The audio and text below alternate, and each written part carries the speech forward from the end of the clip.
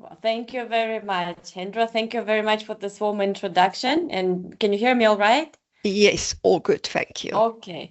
All right. So good morning, everybody. Yes. And as Hendra already nicely said, I am a postdoctoral researcher.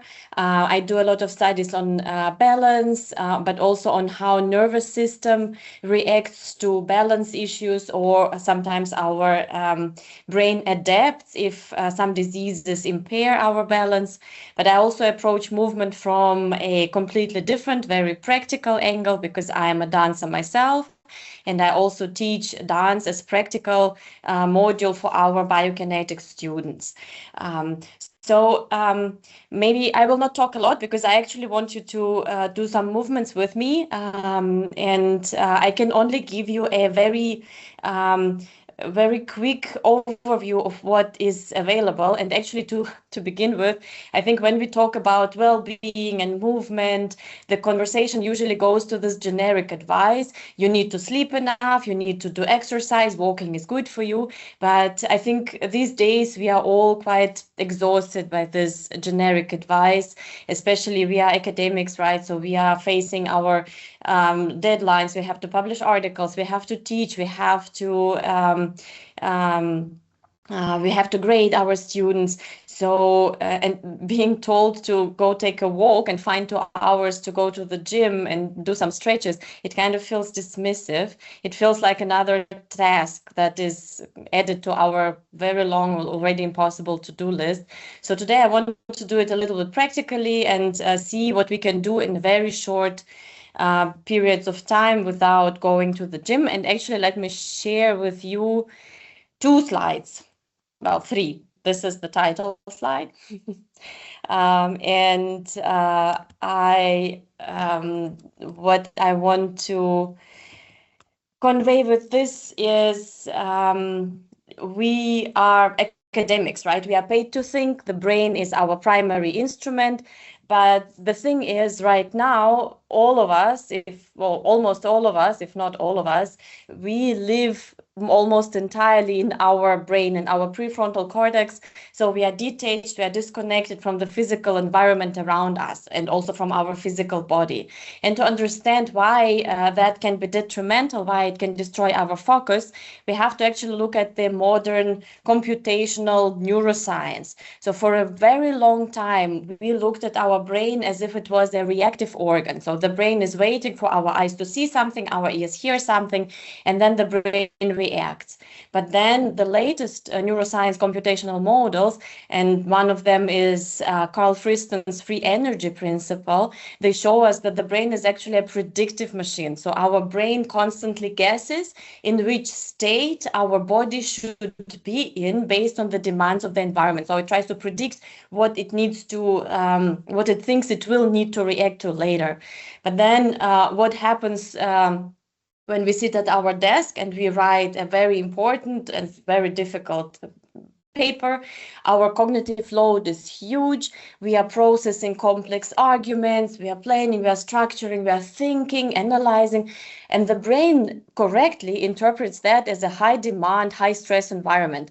And the brain predicts, okay, you need to take physical action now to address this huge stress and danger. So it prepares the autonomic nervous system, it drips cortisol, it primes you to move. But the body, what is it doing? It's completely static. It's slumped in the chair. The shoulders are internally rotated. We are breathing shallowly, and we are staring at a point 40 centimeters away for hours. So what happens is called interoceptive mismatch. So this is this massive discrepancy between what the brain predicts should be happening, sprinting, running, fighting, acting, and what the body is, what signals the body is sending back: absolute stillness, physical compression. So the result is, and I brought you a nice picture of the human brain to show where the anterior insula is. So anterior insula is a little part of the brain. It's part of the cerebral cortex, and it's responsible for integrating our internal body sensations, which is called interoception, with our our emotional, social, cognitive information so that we can form our subjective feelings. And this is why it's called interoceptive mismatch. So it's a mismatch between the sensations and the information. So the brain registers a prediction error, and the brain predicts you must move, but you never move. And you actually never move to resolve this error. So the alarm bells keep ringing in your brain and ringing, and the brain cannot reconcile what's happening. And that results in this chronic low-grade anxiety that I think we all know what it feels like, our physical tension, and eventually the burnout, that the rates are very high right now. So basically this sub-level anxiety that we kind of constantly have is quite a normal mechanical error in our operating system. So, and that actually is stealing a lot of capacity, your mental capacity from the research. So, and that is why, let me stop sharing, because that's all actually in the slides that I wanted to show to you. And that is why exercise, and sorry to say that, please don't kill me, exercise really works. Taking a walk really works. Meditation really works. So I think I will not recommend you go and do 2 hours of exercise, even though it's great. Maybe let me just quickly introduce one concept. It's that I recently learned myself. It's a concept of VILPA, vigorous intermittent lifestyle physical activity. So basically it says, even if you have a brief 1 or 2 minutes of intense physical activity during your day, if you introduce 2, 3, 4 of such during the day, it already helps you immensely. So if you sit at your desk for an hour and then you get up and you just, instead of just walking to the bathroom, you walk around the entire flat at a big at a fast pace, that already works. If you go shopping and when you bring your groceries in, you just walk a little bit faster, that already works. That already helps a lot. Okay, so let's go to the practical part. You don't need any equipment. You don't need even to get up from the chair. Well, maybe we will get up at some point, but we will not go anywhere. I want to show you different schools of movement. There are lots of different schools. They are used in physical therapies. They are used in dance training by professional dancers.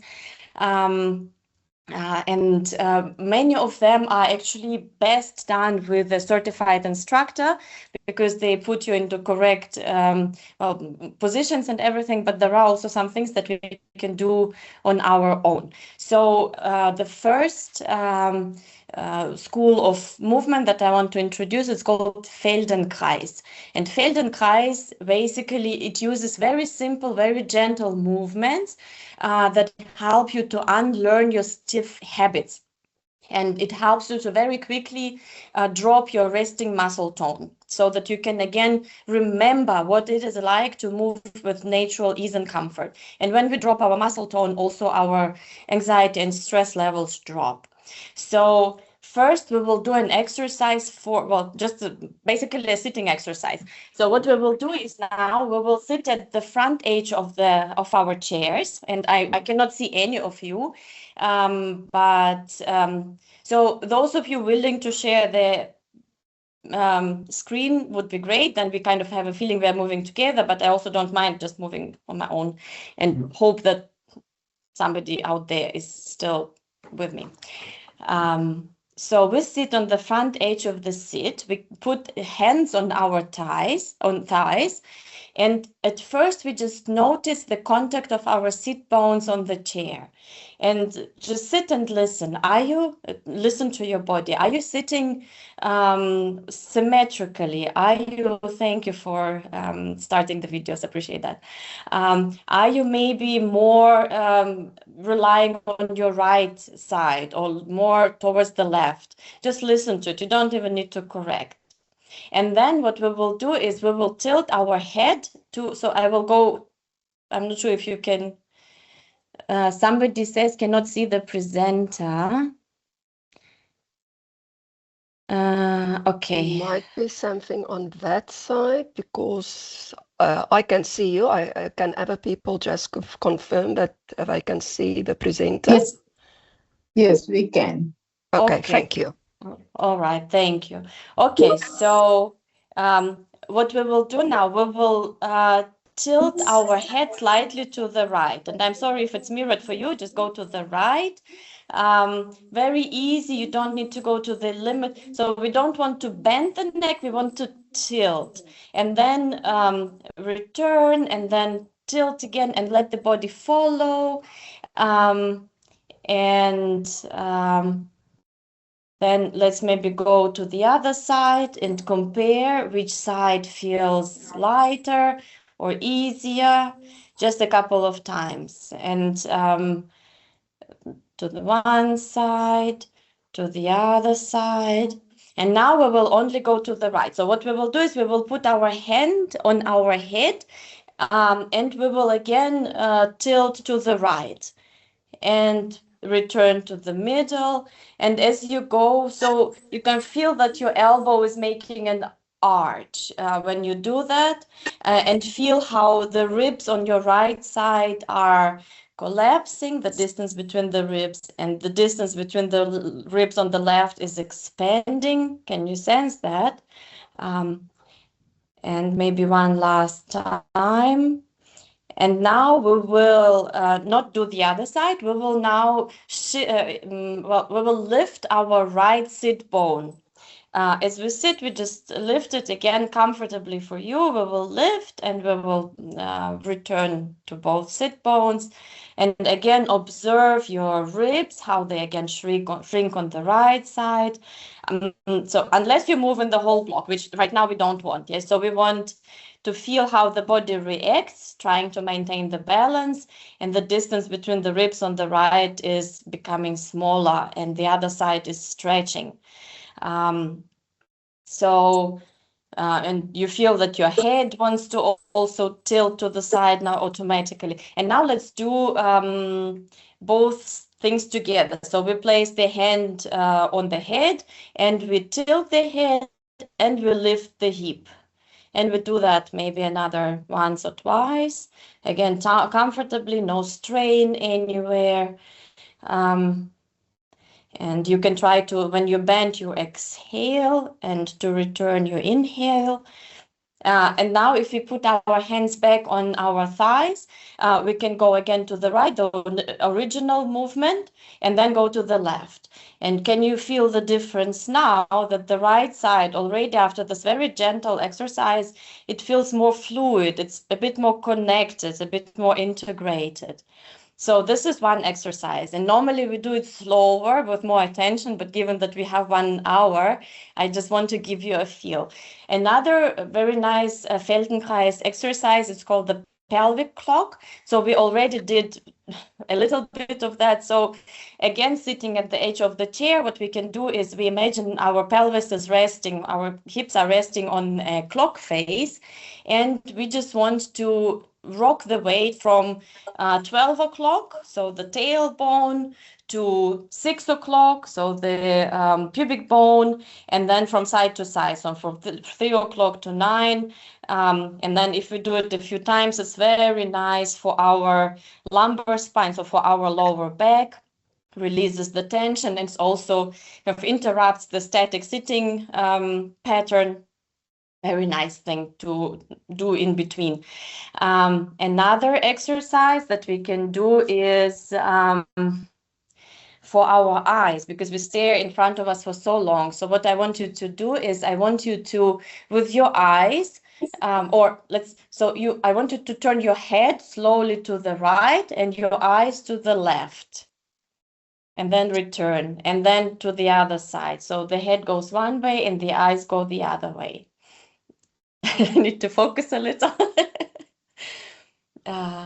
And maybe you feel that also the tension in the eyes really, it's like stretching, feels a little bit like stretching for the eyes. It's quite pleasant. So that is Feldenkrais, basically unlearn stiff habits. And then moving on, I will then later provide the list of all the exercises we did. And for all of these things, there are lots of YouTube videos, like guided exercises, which are very nice. So another school that I recently learned about and tried out is the Gaga movement technique. It's an improvisation dance. It's used also by professional ballet dancers, but it's basically for everyone. Their motto is everybody can dance and everybody probably should dance. And I totally agree because I'm a dancer and I love it. So one of the exercises that I quite liked is if we want to maybe move our shoulders up and down. But when you lift your shoulders, try not to think of the shoulders. Try to feel how your shoulder blades are sliding along your rib cage. So, and try to move from there. And maybe try to expand your shoulder blades, contract, and also see if you can move your rib cage together with the shoulder blades, and then maybe apart so that the shoulder blades go to the back and the rib cage goes to the front, or see if you can kind of slide and move together and separately. It needs some also time to start feeling that. So, and try maybe feel that your rib cage and shoulder blades are separating and then coming, pressing against each other. So you also need to move the rib cage a little bit. So I will leave you with that.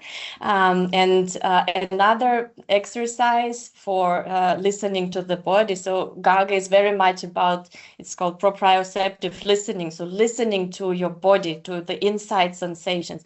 And also one of the things to focus on the inside sensations. So if we have our hand and maybe it's on your mouth or maybe it's just on the table, just try to maybe move it from your keyboard to your mouse. Slowly imagine the hand is moving not through the air, but through this very thick and dense molasses or something very, very thick. And you have to move through that. So imagine you're moving through this thick mass and then also back. So your entire attention will be now on your hand, and actually a nice side effect is when you're focusing on your hand so much, you really don't have the capacity to worry or be anxious or stressed. So this actually it works very quickly. If you feel anxiety coming up, you just move the hand through this thick mass of molasses, and you will feel better.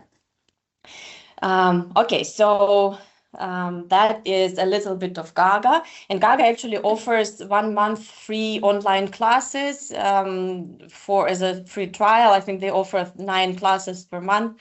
If you just Google that, I also didn't know. I found it very nice. Then another school of movement is called gyrokinesis.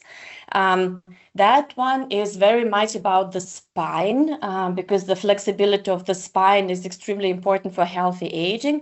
And I think science says that for us, the probability that we reach at least 100 years old is quite high. So we want to also be flexible and healthy and feel great.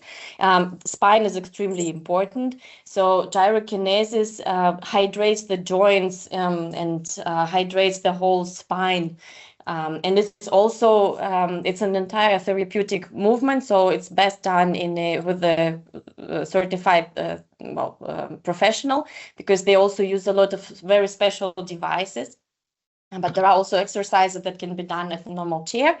One of them is the normal, maybe you know from yoga, the cat and cow position. You can also do it while seated. So you just arch your back and you curl while sitting. So you push your chest forward and up. So this is arching. And then you hollow your belly, you drop the chin, and you make your back very round. Probably cannot see so well. So you arch and you curl. And arch and curl. So that very simple, and I think this movement exists also in a lot of different yoga and all other schools of movement. Then there is also, we can also rotate. So we start with our eyes, then the head, and then the ribs, and we just turn around to the back as much as we can. And then we return, and then the other side again, the eyes, the head, and then the entire movie, we just rotate our spine. And then another very nice movement is opening up diagonally. So we want to have our left hand on the right leg, so on the opposite leg, and we just open out. And as we open, we also arch our back a little bit. And then we return. So we put the hand again on the opposite leg, and we open to the other side. And maybe do it once again. So when we open, we arch. When we return, we can curl the back also a little bit. And arch and curl. And also very good for the back pain is a wave. So it's like we are diving into the water, and we arch as we do that. And then we come out. And we strengthen with a little, we curl as we go in, and we arch a little bit as we return. So it's like diving into the wave and coming out. So if you have lower back pain, it's very helpful to release the low back pain. So that is gyrokinesis. And then let us do another school of movement that is personally probably my favorite. It's called Alexander technique. Alexander technique helps you to understand the unconscious patterns in your body that you have developed with time and try to restore your natural posture. So one of them, what I want you to do is I want you to prepare. So we will now stand up. But before we stand up, I want you to prepare to stand up. But right before you get up, notice what happens in your body. Just notice. So as if you're getting up, and right before you lift your hips from the chair, notice what happens. So for me, of course, the legs tension up so that they are prepared to bear my weight. But also, can you feel your neck muscles tightening and your shoulders maybe your jaw also. So now we will really get up. What I want you to do is I want you to put your hand on the back of your neck. Put your hand on the back of your neck so that you can feel your neck muscles. And now let's get up and just feel when and then sit down. We will do it a couple of times. Feel how the neck muscles are tightening. When you want to get up and you start getting up, your neck muscle, you're pulling on your neck muscles. They are tightening.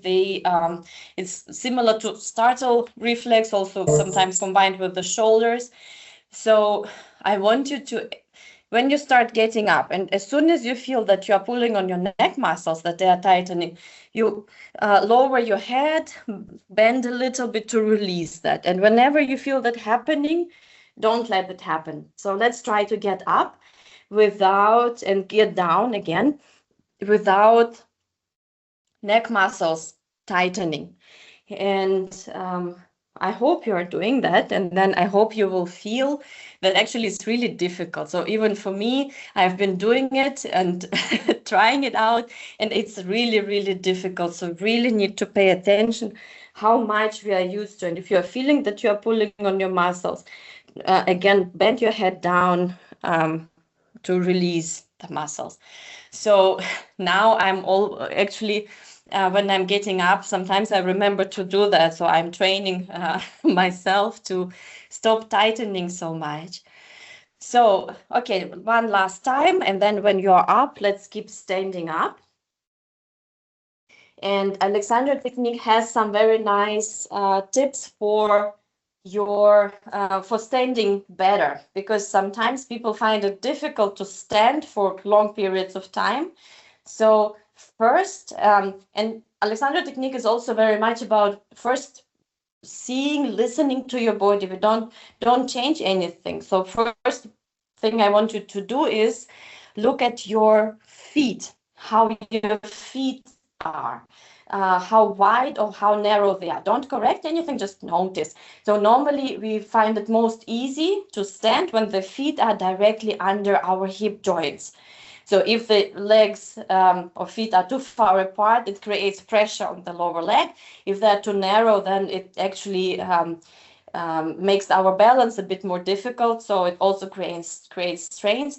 But if our feet are directly under our hip joints, then it's easiest to stand. And then also look at the direction of the toes. Don't correct anything. First, just look. Normally, it's easiest to stand when the toes are pointing straight ahead. But very often, they are not. For example, I'm also noticing that my right foot is pointing straight, but the left is a little bit turned out. And I do know that I have a bit of scoliosis, so probably my body has learned to compensate for that of the years of my life. So first notice and then see if you can maybe bring the feet a little bit more toes pointing to the front, if that makes it more comfortable. And then another thing, and let me quickly share one image with you. We want to think of our feet as a tripod and legs. So there are 3 points on the foot. One is at the big toe, one is at the outer edge of the foot, and one is at the heel. So I would like you to try to feel these 3 points in the foot, and try to feel if you are applying equal pressure, if you are utilizing these 3 points equally, or maybe one of them is receiving more pressure, so you're maybe standing more inwards or maybe more outwards. So for me, for many years, even my shoes showed that I was standing very inwards, so that even shoes were wearing out like that. Also try to notice if you're standing equally on both feet, or maybe you're relying more on the right foot more than on the left. And then try to play around with your feet and your legs to distribute the weight equally between the 3 points of the tripod and between both legs. So then another thing that helps us to stand comfortably also for long periods of time is, let's try to imagine that the weight of our head is releasing through our neck, our spine, our ribs, pelvis, and legs, and through the tripod into the floor. And maybe make a conscious decision, I will release the weight through these points. It doesn't mean we will go floppy and release. So releasing means we release the tension that is pulling us down, so that when you release, you feel maybe like a cork that is floating on the water. And I really like this analogy. Maybe you imagine your head is a cork, and here is the water, and your head is floating, and the tension is going through the body, through the tripod into the floor. Also, standing very stiff and still is difficult. So when it's good to have some movement when we are standing. So it can be swaying at your ankles, it can be rotating a little bit, it can be swinging the arms, maybe bending the knees a little bit. It doesn't have to be too much, but a little bit of movement makes it much more pleasant to stand. So this is for standing. And as we are standing, maybe let's go to the next school of movement. It's called ideokinesis. So it's visualization. It's also yoga uses that a lot. Visualization works beautifully. So as we are standing, we can allow our eyes to close so that we can just focus on the body. Now we will imagine that our entire body is completely empty, completely hollow. So everything inside the boundary of the skin just dissolves and disappears. And imagine it's just the skin, and inside is just air. And now imagine at the top of your head there is a little hole, and it opens, and very soft, very warm water starts pouring into your body. It tinkles down into your feet, slowly filling your toes with this warm and soft water, your arches of your foot, your heels, your ankles. It goes up through your legs, your knees, your upper legs, feels also your fingers, your hands, your wrists, and the warm water continues to rise, filling your hip, your torso, your forearms, elbows, upper arms, your abdomen and back and shoulders, and feel how your body is becoming fuller and heavier, but also very soft and more fluid.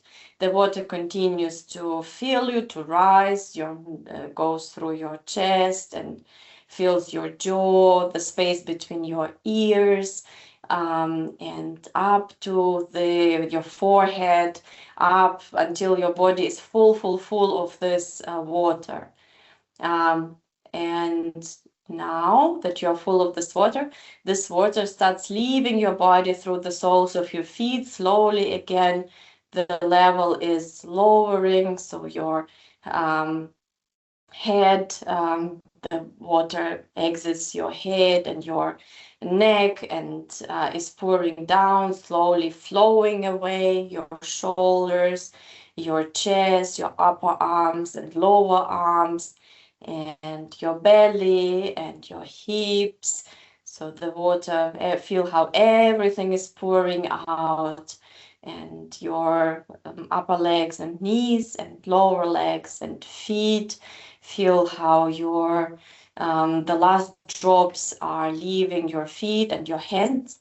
Your body is now hollow and open. It's filled with space, with air, with breeze, with ease. It's very light and very soft. And now you can open your eyes. So this is an example of ideokinesis, how we just use our imagination to feel lighter. And then maybe a couple more, one more exercise as we are standing. That one comes from, it's called Traga approach. Traga approach, again, you do it with the trainer because they need to put you into the right positions and also touch you. But there are also, they give you homework, and it's called mentastics, mental gymnastics. That school of movement uses rhythmic, gentle, passive movements or rocking movements to kind of get rid of the deep tension and feel safe. So what we will do now is we will just swing our arm. Let's do the right arm. No, okay, let's do the left arm actually, because we did some right side. We will do our left arm and we will just swing it, and we will imagine we are 8 years old. We are kids. The sun is shining. We are going for a walk in the park. We're feeling great. Our friends are waiting for us. We are gonna go for an ice cream. And the sun is great, and the wind is great, and the birds are singing. Oh, wow, this is so nice. And we're swinging just like that. So our arm is swinging very happily, and feel how it swings up and down, and maybe swings through your chest. So start at your heart and your ribs and your chest, and feel there is this little floating movement at the top of the swing. And so feel the sunshine, and it's so lovely. And then we slowly let our arm come to a stop. And we try to see if the left arm is feeling different from the right arm, if there is a feeling of ease and lightness and sunshine. And so try to grasp this feeling. And actually, and you can also take a seat now. And if you felt this now in your arm, you will be able to bring this feeling into your body at any time. So if you properly, it's very difficult after just a few minutes of doing it online, but if you do a proper session of this exercise, you will actually be able to bring this feeling back into your body at any time by just remembering, oh, the sunshine, oh, the swinging, oh, it's nice and light. And then immediately you will feel better. So I think these are most of the exercise. I mean, there are lots of things we could do. As we are sitting, maybe just some tips. As we are sitting, again, ideokinesis, imagine that your tailbone, there is a very heavy lead weight attached to your tailbone, and it's pulling your tailbone heavily down into your chair, through the chair, into the earth. So that also relaxes your hip muscles, your psoas.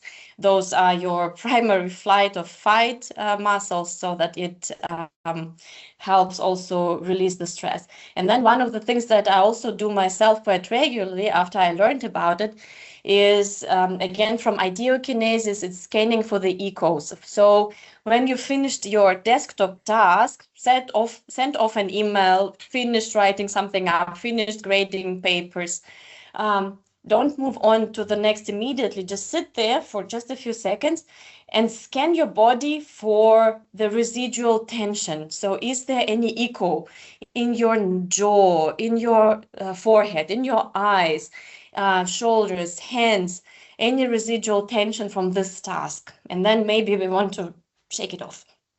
And then we are ready to move on. And now if you want to move on to some task where you need, somebody lost sound. Can somebody quickly give me a sign that you can still hear me? Yes, okay, all right, thank you. Okay, so now that we will all need to go back to our work, even though it's Friday and the sun is shining, let me give you one power posing exercise. I mean, there's been a lot of research proving it. There has been a lot of discussion disproving it. Like for any things that actually work quite well, there is a lot of discussion around it, but it does work. So there is a theory by Amy Cuddy about power posing. So what you can do is this,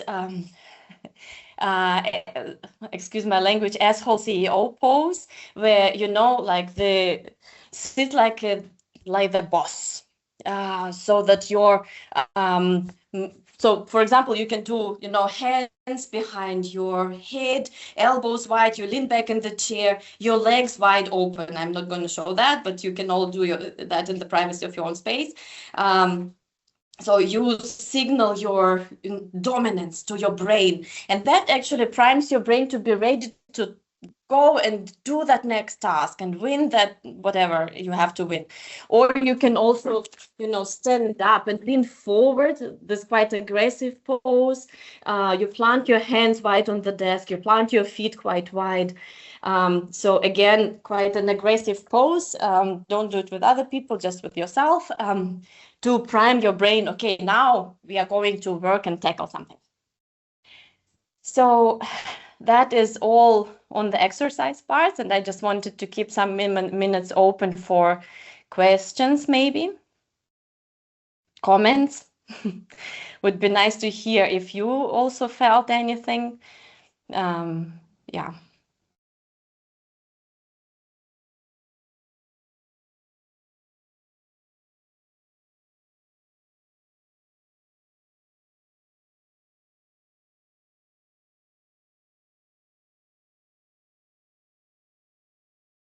I lost sound and was disconnected, so I just connected again. So are you Dan?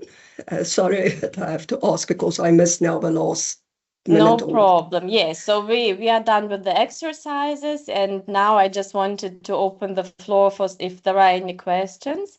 And I just got a couple of comments that it felt quite nice, which is I'm happy to hear. I will probably hand it to you. I will send some of the exercises that we did with the links. I don't know, or maybe I can just put it here in the chat. So that you can also in your own time, because that was quite fast, you can also do that. Good, thank you. So yeah, any questions or comments other than what was in the comments messages written? So the messages are felt good, the lower back feels better, and then there is a question about exercises that can help with muscle imbalance and scoliosis. Yes, for sure. I think now I think so. Lots of exercise, lots of therapy available also. Gyrokinesis is great, but again, you have to do it with a therapist. I think for such things, always doing it at least once with a therapist is great.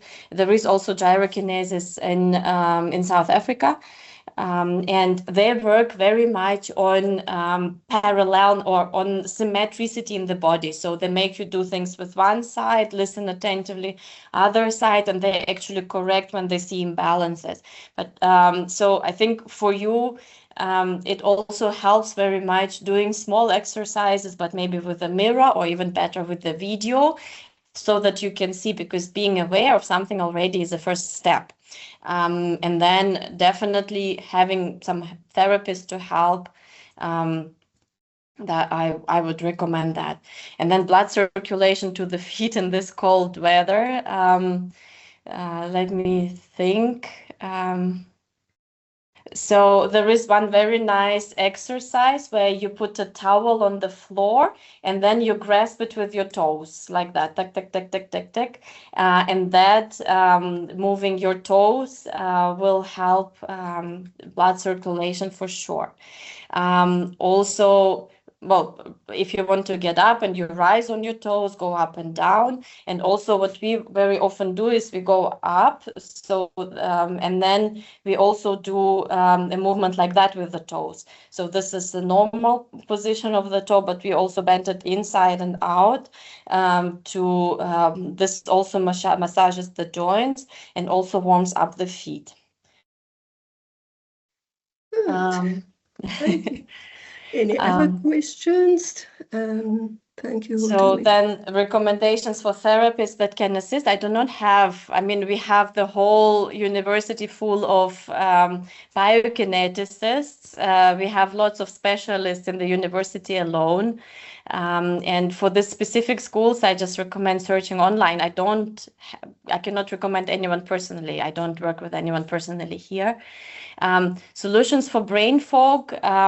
Any movement is great for brain fog. So brain fog is partially also created by this background anxiety, because it draws away a lot of mental resources. So it's not it's something that you can fix instantly. Unfortunately, right? So any of the issues that they require, because we took some time acquiring them, so we have to take at least that much amount of time to get rid of these things. So the first step is always becoming aware. When you notice that your brain starts going in circles, repeating something, this is when you know, okay, my capabilities of my brain are being drawn to something else that I don't want to. This is where you have to stop and focus on your hand, feel your body inside, do any mental imagery, do it 1 jump or 2 jumps, get up from the chair, sit down, do stretches to the side, do rotational. Already will feel better. Getting rid of the brain fog requires, depending on also the underlying condition, right? So I cannot give any medical advice, but already getting rid of the background anxiety will help clear brain fog. Thank you. Any other questions? You can just open your mic and ask or raise your hand. Otherwise, I will just finish off. Don't see any raised hands. So yeah, what I also experienced while I was doing the exercises were more intentional breathing in and breathing out. That you actually also have to breathe deep and release and not swallow breathing. So I think that is also something that we don't always pay attention to. That's true. The diaphragmic breathing, so deep breathing, is also one of the very foundational recommendations to get rid of anxiety, to focus better. Yeah, we all do it too little. Yeah, so yeah, I really, it was really insightful, and the session was very interactive. So all the practical tips and with the different schools of movement and the techniques that you also illustrated to us. I know I'm sometimes, and I think there's more people, but you also mentioned it, that are really, there's a lot of excuses not to do the exercises or to go to a gym or actually walking. So I think we just been alerted also to walk faster, and if we are parking at a shopping center, don't park in front of a door, just park a little way away from the center and just get more steps in. But I know there is a lot of us that is also working on the step count for the day, so that is already an improvement on what we used to do. So yeah, that it's the willpower is actually that we have to introduce everything and do it more vigorously what we are doing. So I really want to thank you. In the end, I think this session was now during our focus on the research week for researchers, but it is such a practical session that we can actually all apply it in our everyday life and for our personal well-being and to be more productive. I think we really need that, and I really appreciate, and I'm sure everybody appreciates your willingness to share your expertise as well as the practical exercises and tips with us. So from the library side, thank you so much for your time, and to all the participants, thank you for attending the session. And this is our last session for the research week for this year. So overall, I can just conclude and say I think it was really a successful research week. Also due to all our presenters that actually shared their expertise with us. And in the end, we can all rise the trophy to a successful life and a successful career and successful just person in the end. So thank you so much, and enjoy the rest of your day, and all the participants. It's Friday, so enjoy the weekend. Good. Thank you very much. Goodbye. And yes, Henley, let's start dancing. Thank you, guys. Bye-bye. Thank you. Keep well. Bye-bye.